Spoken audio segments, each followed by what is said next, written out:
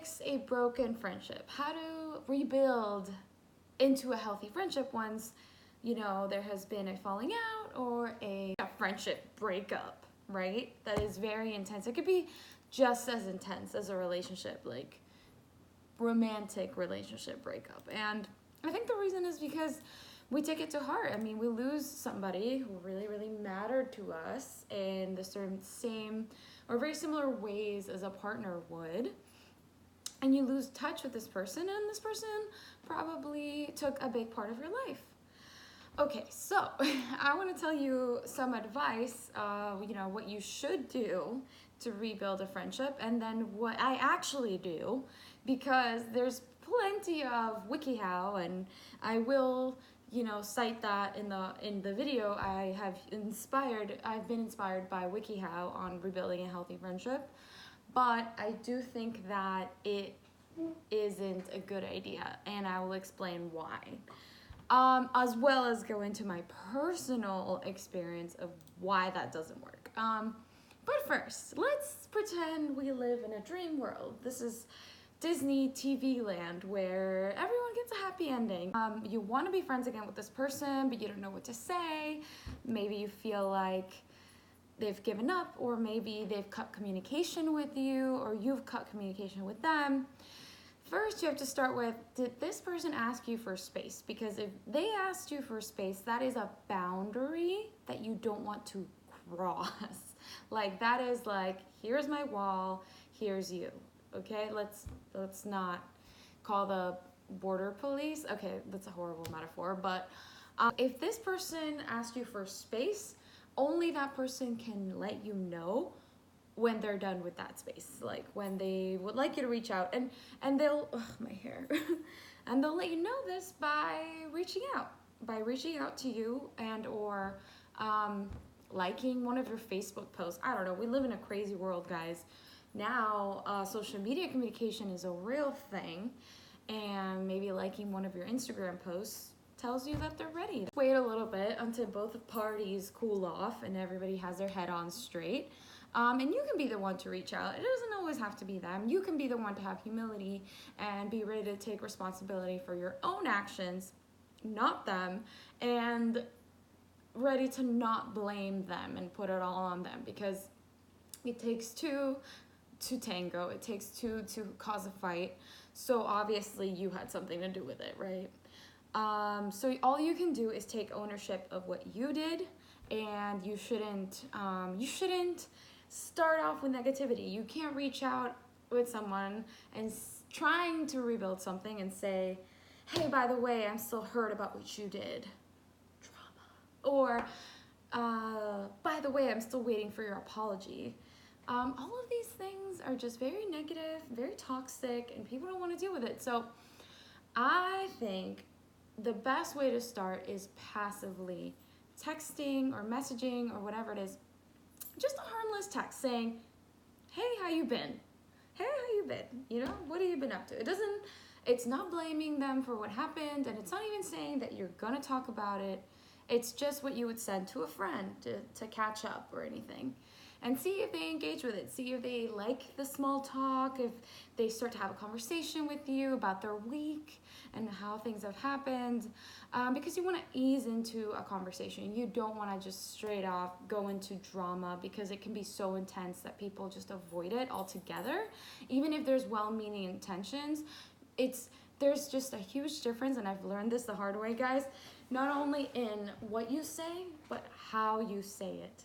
And that can make all the difference between getting somebody to want to be friends with you and somebody to put down the phone and just say, good thing I'm not friends with them anymore, unfortunately. So heterosexual men versus women have very different relationships and very different ways of thinking about relationships and friendships. So in my experience with a lot of women, you know, I grew up with 3 sisters, like I'm one of 4, and I've had tons of girlfriends that are just friends. I don't think every issue needs to be addressed. I do think a lot of it is better kept left unsaid, because it's like both parties know what they did wrong, and most of the time maybe it was just a stupid fight that you can't even remember what you fought about, so why create awkwardness? Why cause conflict when if you just start a fight, it's gonna worsen it rather than fix it? And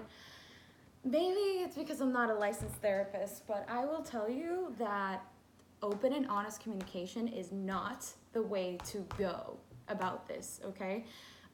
Especially if your friend is conflict avoidant.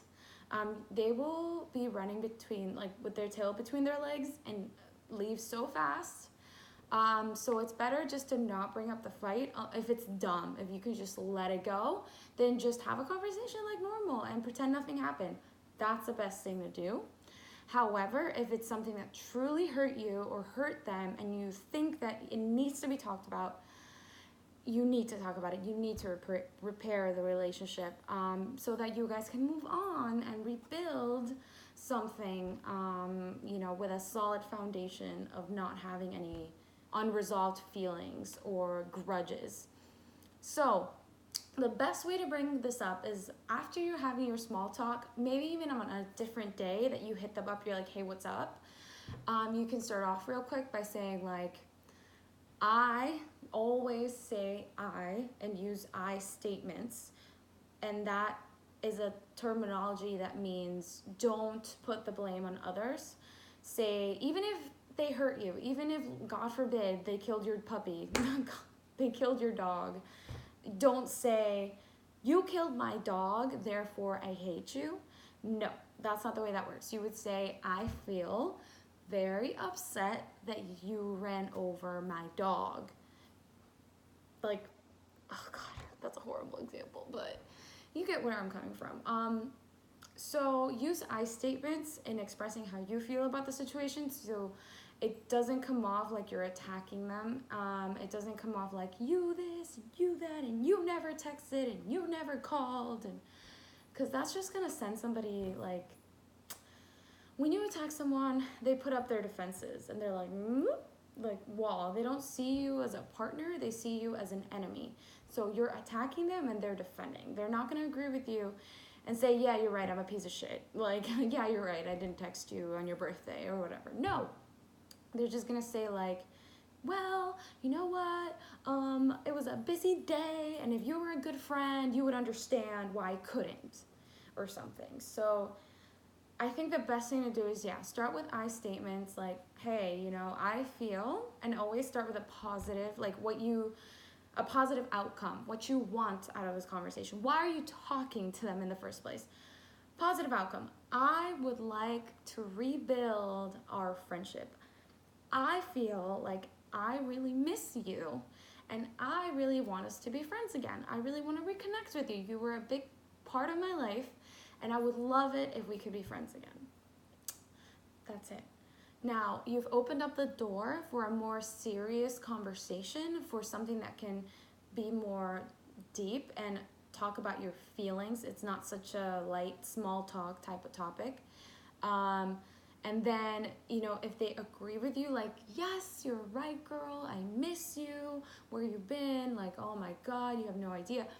If they agree with you, that's wonderful. That means that before you even sat down and had a talk that could lead to an argument, you both decided, hey, this is what I want. Is this what you want? And if it is, then it's like, great, like, we're sitting here and we're gonna resolve our problems and we're gonna rebuild our friendship, because that's what we signed up to do. Like, that's what we both said just now we wanna do. So that's what this time and this conversation is gonna be for. Like, right off the bat, you both agreed you have common goals, you want the same thing. Great. So now that you started with that, and assuming that they say, yes, I miss you, because if they say, yeah, it's been interesting, but I'm okay, screw that. Like, I can't even, like, if you have a friend that doesn't want to repair things, I think that you should let it go. That's pretty much the end, game over. So the next steps are only if they want to work on your friendship. Now, you need to be the one to first apologize. Now, I'm not saying that they won't reach out to you and that they're not going to apologize, but I'm assuming you're watching this video because you're the one that wants to start the friendship again. So you're probably the one that's going to have to do most of the work. So, you know, a lot of times because of the way that we were raised and our culture and things like that, it can be really, really just hard, and it could be an alien concept to someone to learn how to say the words I'm sorry. And it's not because they can't, it's not because they just don't know how to. It's not like it's not part of their language. They don't think it's important. A lot of times that I've talked to people, they're just like, I never did that in my family. We never did that. We just kind of like got over things. But I want you to know, in my opinion, if somebody doesn't say the word sorry, doesn't mean that they won't apologize. There's so many ways to apologize as a human being. There's so many forms of communication. And I think the number one only way that matters if somebody apologizes is if they don't do it again. Like if somebody stepped on your toes and took your shirt that you didn't want them to, or borrowed your shoes or whatever. I mean, there's more serious problems. I'm not saying those are our problems, but if they never take your shoes again and they never steal your whatever again, that's apologizing, guys. Like, that's all we can ask for is change the behavior, is acknowledging the ultimate truth of like, this hurt me, you need to stop. You need to cut it out. If they can do that for you, that's an apology. That's all that matters. Now, when you start with your apologizing and saying, hey, I'm sorry, always say, even if you don't know what you did, even if you don't think you did anything wrong, always start with, you can at least say, hey, I'm sorry. I probably hurt your feelings. Even if you don't agree with what they say you did, if somebody says that you hurt them, you hurt them. Like, you don't get a choice in that.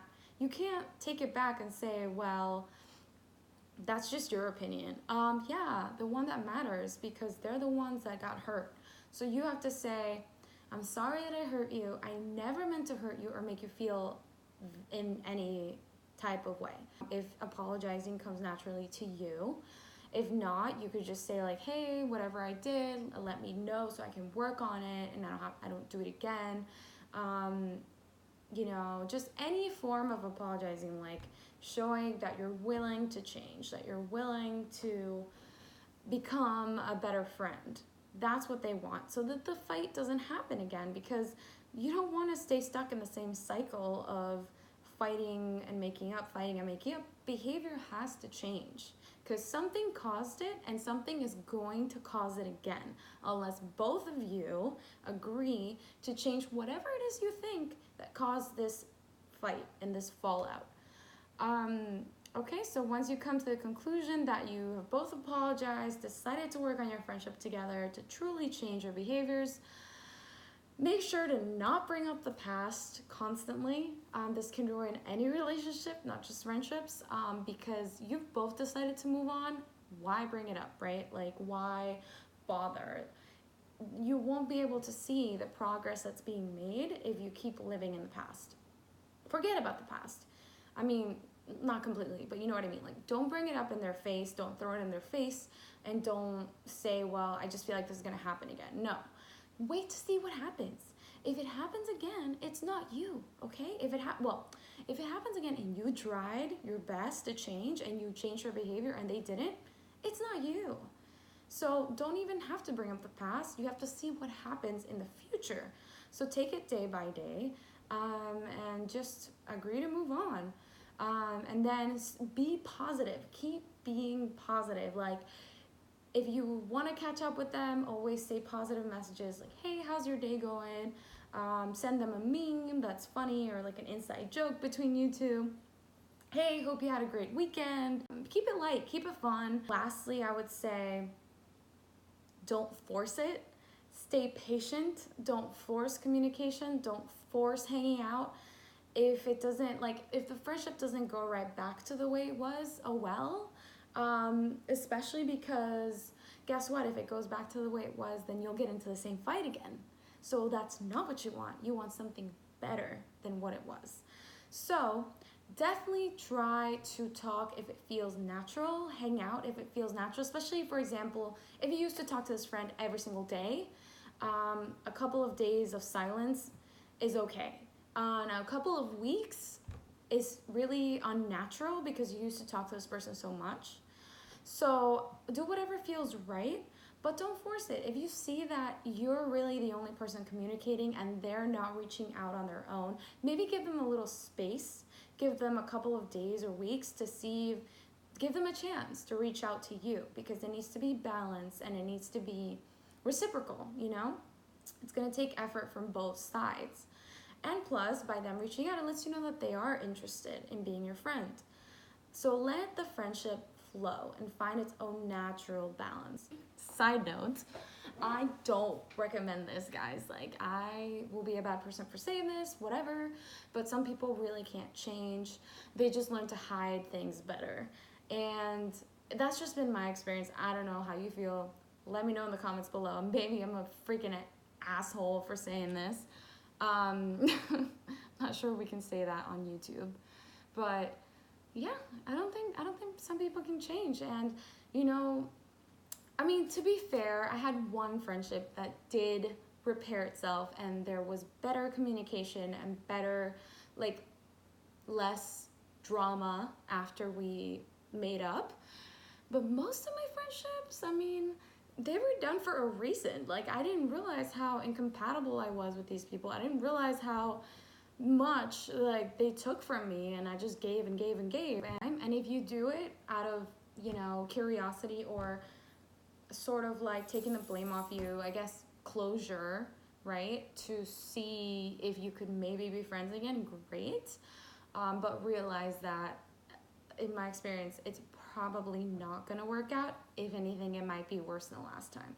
Oh, but we were so close. We could have repaired our friendship, if only. Because that's another thing. It's really easy to get into that cycle if you're kind of like a fixer like me of, well, but when it was going so well, like, we had an agreement, and the way that it started this time, it was gonna work. It wasn't. It wasn't. It was never going to work. Don't waste your time going back to these friendships that you know won't work. Try to find a new one that'll work better for you. That is 100% my thought. Thank you guys for watching. That's my video. And let's see if I can get to the second one. Subscribe, subscribe, subscribe. I say to you, subscribe for more content, for awesome videos, for lots of awesomeness and cuteness and amazing things like this puppy. Subscribe!